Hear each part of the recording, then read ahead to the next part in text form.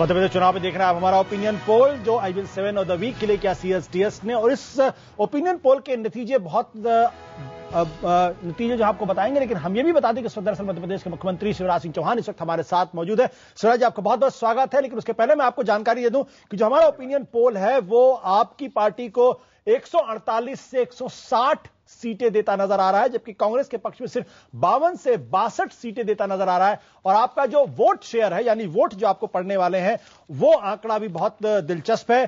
कांग्रेस को सिर्फ 33% और बीजेपी को 44%, यानी 11% का फासला आप और कांग्रेस के बीच में है। ये आंकड़े अगर वोटों में तब्दील होते हैं तो आपकी सरकार बननी बिल्कुल तय है और शायद भारी मतों से बहुमत मिलता नजर आ रहा। आपको की पहली प्रतिक्रिया क्या होगी इन आंकड़ों पर? ये आंकड़े बिल्कुल संभावित है, इसलिए जी कि मध्य प्रदेश में लगातार पिछले 10 साल से भारतीय जनता पार्टी की सरकार है और सरकार ने विकास के और जनता के कल्याण के जो काम किए हैं, और सचमुच में अगर मैं मुख्यमंत्री के नाते ये कहूं जी तो मैंने सरकार कम चलाई है, हमने परिवार की तरह मध्य प्रदेश को चलाने का प्रयास किया है।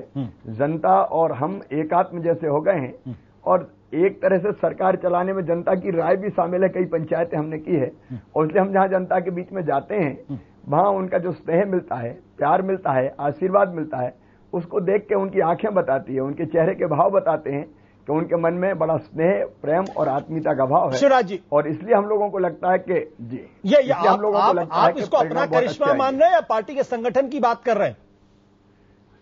मैं पार्टी का विनम्र कार्यकर्ता हूं, अगर ये परिणाम आ रहे हैं तो सब मिला के ला रहे हैं। जी, आपको लगता है कि पार्टी का योगदान ज्यादा है या आपका योगदान ज्यादा? मेरा सवाल ये था। पार्टी का योगदान ज्यादा है, मैं तो सामान्य कार्यकर्ता हूं पार्टी का, सब मिलकर काम करते हैं, इसलिए सबके काम का जो सामूहिक परिणाम होता है जी वो दिखाई देता है। परिवार की आपने बात की, परिवार की तरह आप सरकार चला रहे हैं, परिवार में कलह भी होती है, आपके घर में भी कलह हो रही हैं, उससे आप कैसे निपटेंगे? घर में कहीं कलह नहीं है। स्वाभाविक रूप से जब ये जानकारी मिलती है लोगों को जी, कार्यकर्ताओं को भी कि भारतीय जनता पार्टी बहुत अच्छी स्थिति में है, जनता का समर्थन मिल रहा है, चुनाव जीतने की संभावनाएं बहुत अधिक है, तो स्वाभाविक रूप से दावेदारों की संख्या भी बढ़ती है। मैं बढ़ती हुई संख्या को बुरा नहीं मानता, लेकिन पिछले दिनों हमने गंभीरता से यहां देखा है पार्टी के हमारे संगठन ने कुछ चीजें प्रायोजित है और जिसमें कहीं कहीं तो ऐसा भी निकला कि कुछ लोग प्रायोजित करके जो भाजपा के कार्यकर्ता नहीं थे वो कार्यालय भेज दिए गए। अब यहाँ पार्टी का संगठन सचेत है, अंदर कोई कलह नहीं है। बट शिवराज जी, क्या ऐसा तो नहीं कि आप ओवर कॉन्फिडेंट हो रहे हैं, क्योंकि अभी भी करीब 25 से 26 दिन का वक्त है चुनाव में? नहीं, ओवर कॉन्फिडेंस में होने का सवाल ही पैदा नहीं होता जी। चुनाव है, इसलिए जो हमने बेहतर किया वो जनता के बीच ले जाने की हम कोशिश कर रहे हैं। अगर मैं आपसे सवाल करूं कि आपको वो एक ऐसा कौन सा मुद्दा जिसके आधार पे आपको लग रहा है कि आपको बहुमत मिलता नजर है, वो कौन सी एक योजना होगी जिसको आप क्रेडिट देना चाहेंगे?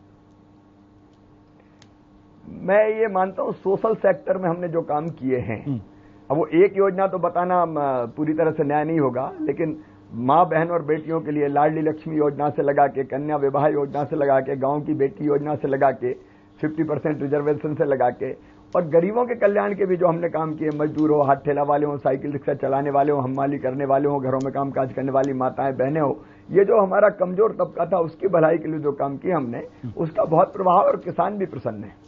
इन जो ये हम आंकड़े दिखा रहे हैं, ये प्री पोल सर्वे है शिवराज जी, आपका काम, आपकी सरकार का काम, जाहिर सी बात है उसी को इनाम देता दिख रहा है एक मतदाता, लेकिन मोदी फैक्टर, नरेंद्र मोदी का कितना योगदान है? उन्होंने भोपाल में आके रैली भी कर ली है। मैं मानता हूं नरेंद्र जी का भी बहुत योगदान है, सबका योगदान है निश्चित तौर पर, तभी तो इस तरह के परिणाम। मैं एक बात स्पष्ट रूप से कहूं कि मैं व्यक्तिवादी सोच वाला नेता नहीं हूं जी। मैं हमेशा अपने आप को सामान्य कार्यकर्ता मानता हूं, और मैं मानता हूं कि केंद्रीय नेतृत्व, जिसमें माननीय नरेंद्र मोदी जी भी शामिल हैं, बड़े प्रभावी और लोकप्रिय हमारे नेता हैं, प्रधानमंत्री पद के हमारे उम्मीदवार हैं, और मुझे पूरा विश्वास है कि हम सफल होंगे, कामयाब होंगे। उन सबका योगदान निश्चित तौर पर है। बट शिवराज जी, कुछ लोग तो ये भी कहते हैं कि आप भी प्रधानमंत्री पद के उम्मीदवारों की लिस्ट में हैं। आप? सवाल ही पैदा नहीं होता। मैं मध्य प्रदेश में रह रहा हूं, मध्य प्रदेश में ही रहूंगा। अभी तो मेरा शरीर, मन, बुद्धि और आत्मा ये सब मध्य प्रदेश की प्रगति और विकास के लिए समर्पित है।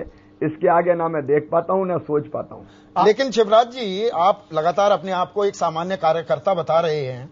आप अब तीसरी बार मुख्यमंत्री बनेंगे। कमाल का आप वहां पर काम कर रहे हैं, जो हमारा सर्वे यहां पर बता रहा है, अगर मैं इसे सही मानूं, और इसीलिए हम इसे दिखा भी रहे हैं। आपको कार्यकर्ता की भूमिका में ही रखना चाहती है कि आपकी पार्टी में अब बहुत से लोग संगठन से भी बड़े हो गए हैं, आपको वो दर्जा, वो ओहदा क्यों नहीं मिलता है, या वो सम्मान क्यों नहीं मिलता है? ये मेरी ही पार्टी है, भारतीय जनता पार्टी, जो मेरे जैसे सामान्य कार्यकर्ता को मुख्यमंत्री जैसी जिम्मेदारी देती है, और इसलिए हमारी पार्टी अद्भुत और अनूठी है। और हम ये मानते हैं कि पार्टी के कारण ही हम ये बेहतर काम कर पा रहे हैं। पार्टी ने जो जिम्मेदारी दी उसको बेहतर ढंग से निभाने का एक अच्छे कार्यकर्ता के नाते हमने प्रयास किया।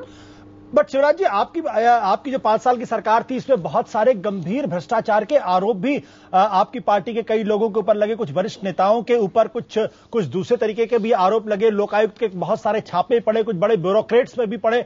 क्या आपको लगता है कि कहीं भ्रष्टाचार को रोकने में आपकी जो पकड़ थोड़ी कम हुई थी? देखिए, मैं साफ कहूं, हमने लोकायुक्त को इतना मजबूत बनाया। मैं तो कहता हूं, चुनौती देके कौन से प्रदेश में लोकायुक्त के इतने अधिकार है कि वो जहां जाए और सूचना प्राप्त हो और छापे मारे। ये केवल मध्य प्रदेश में और मध्य प्रदेश में है। दिल्ली में मार दो छापे, दिल्ली में कितनी निकलती है। हमारी विशेषता ये है कि हमने ये कहा कि अगर है तो छुपाना नहीं, मारिए छापे, अधिकार दिए। लोकायुक्त को हमने अधिकार संपन्न बनाया। हमने ये कानून बनाया कि आय से अधिक संपत्ति की शिकायत अगर किसी लोक सेवक के पास मिलती है तो हम स्पेशल कोर्ट हमने बनाए, वहां छापे पड़ेंगे। छापे पड़ने के बाद स्पेशल कोर्ट पर मामला जाएगा, उसकी संपत्ति राजसात कर ली जाएगी। कितने प्रदेशों में ये हो रहा है। देखिए, भ्रष्टाचार को दूर करने के लिए, नियंत्रित करने के लिए हमने ई टेंडरिंग, ई मेजरमेंट और ई पेमेंट की जो नीति है वो हमने लागू की सारे वर्क्स डिपार्टमेंट्स में।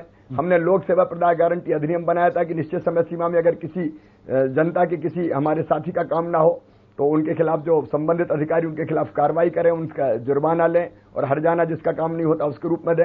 और स्पेशल कोर्ट बना के हम कई की संपत्ति राजसात कर चुके हैं। तो हम तो भ्रष्टाचार से प्रभावी ढंग से लड़ रहे हैं। लेकिन ये अलग बात है कि अगर कहीं निकल गई, क्योंकि हमने निकलवाई, तो फिर ये प्रचार किया जाए कि मध्य प्रदेश में तो बहुत है, बाकी जगह देखो आप। नहीं शिवराज जी, पर एक आम आदमी की, और आप बात बड़े ध्यान से सुनते हैं, एक आम आदमी के जहन में क्या तस्वीर जाती है? कोई ब्यूरोक्रेट है, कोई नौकरशाह है, कोई छोटा अधिकारी भी है। मतलब आपको टेलर मशीन ले जानी पड़ती है वहां पर काउंट करने के लिए कि कितना पैसे की बरामदगी हुई है। ये भी एक तस्वीर जा रही है। आपको थोड़ा दुख होता है मध्य प्रदेश की इस तस्वीर को देखकर? नहीं, मुझे दुख बिल्कुल नहीं होता कार्रवाई देखकर। मुझे लगता है कि ऐसी कार्रवाई करने की जरूरत है जी, और भी ज्यादा है। हम आगे भी करेंगे। कोई दावे के साथ ये नहीं कह सकता कि हमारे यहाँ एक नए पैसे की गड़बड़ नहीं होती।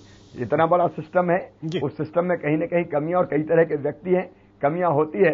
लेकिन अच्छी सरकार वो है कि अगर कहीं कमियां है, कहीं गड़बड़ है, उसके खिलाफ कार्रवाई करें। हम कार्रवाई करते हैं इसलिए सामने आती है। जी बिल्कुल शिवराज जी, बहुत बहुत शुक्रिया आपका हमारे साथ जुड़ने के लिए। हम तो इतना ही कह सकते हैं कि ये हमारे आंकड़े हैं, और 8 तारीख को या 9 तारीख को जब भी इसकी वोटों की गिनती का काम शुरू होगा तब असल नतीजा आएगा। और अपने दर्शकों से भी कहेंगे कि दरअसल ये सिर्फ एक आकलन है, उस आकलन के आधार पर हमने एक अंदाजा लगाया है।